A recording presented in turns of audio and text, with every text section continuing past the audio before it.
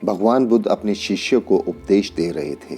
तभी एक शिष्य ने उठकर कहा, भंते, क्या यह सत्य है कि जो व्यक्ति जैसा अन्न खाता है उसका मन भी वैसा ही हो जाता है? यह सुनकर भगवान बुद्ध ने एक कथा सुनाई। किसी जंगल में एक साधु रहता था। कितने ही लोग उसके दर्शन करने को आते। जो भी आता उसे शांति मिलती। एक दिन एक सेठ वहां आया। देखा, साधु एक वृक्ष के नीचे बैठा है। सर्दी और वर्षा से बचने का कोई प्रबंध नहीं है। सेठ ने कहा, महात्मा जी, यहां तो बहुत कष्ट है।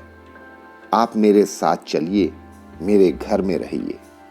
साधु पहले तो माना नहीं, फिर सेठ के आग्रह करने पर बोला, अच्छा चलो। सेठ उन्हें अपने घर ले आया। एक सुंदर कमरे में ठहराया। हर समय नौकर उपस्थित रहते।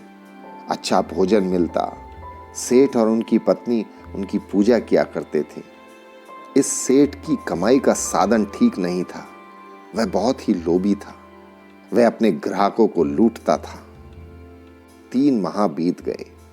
एक दिन सेठ की पत्नी नहाने के लिए स्नानगार में गई। नहाकर उठी तो वह हीरो का हार वहीं भूल गई।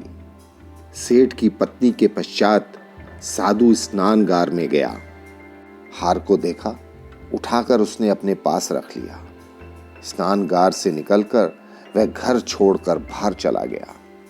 कुछ देर पश्चात सेठ की पत्नी को हार का ध्यान आया।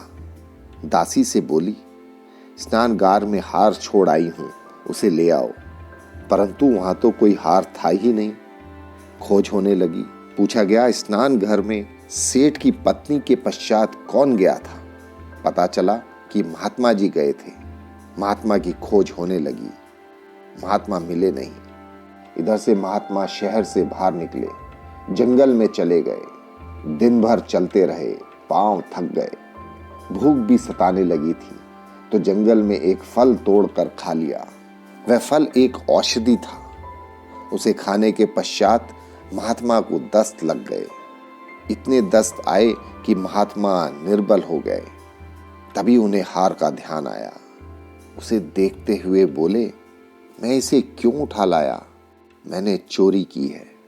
उसी समय वापस चल पड़े। आधी रात को वह सेठ के घर पहुंचे। आवाज दी। महात्मा ने सेठ के सामने जाकर कहा, यह आपका हार है, ले लो। मैं यहां से इसे उठाकर ले गया था। मुझसे अपराध हुआ है। मैं आपसे क्षमा मांगने आया हूं। सेठ ने आश्चर्य से कहा, महात्मा जी, अगर हार वापस ही लाना था तो आप इसे लेकर ही क्यों गए थे? साधु ने कहा, सेठ जी, क्रोध ना करना। 3 माह तक मैंने आपका अन्न खाया है। उससे मेरा मन पापी हो गया। जंगल में जाकर दस्त आए।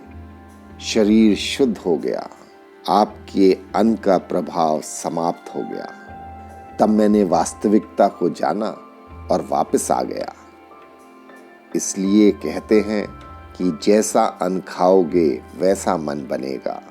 जो व्यक्ति गंदा और खोटा अन्न खाता है उसका मन कभी अच्छा नहीं हो सकता। अन्न को जिस भावना से कमाया जाता है और तैयार किया जाता है उसका प्रभाव मन पर हमेशा पड़ता है।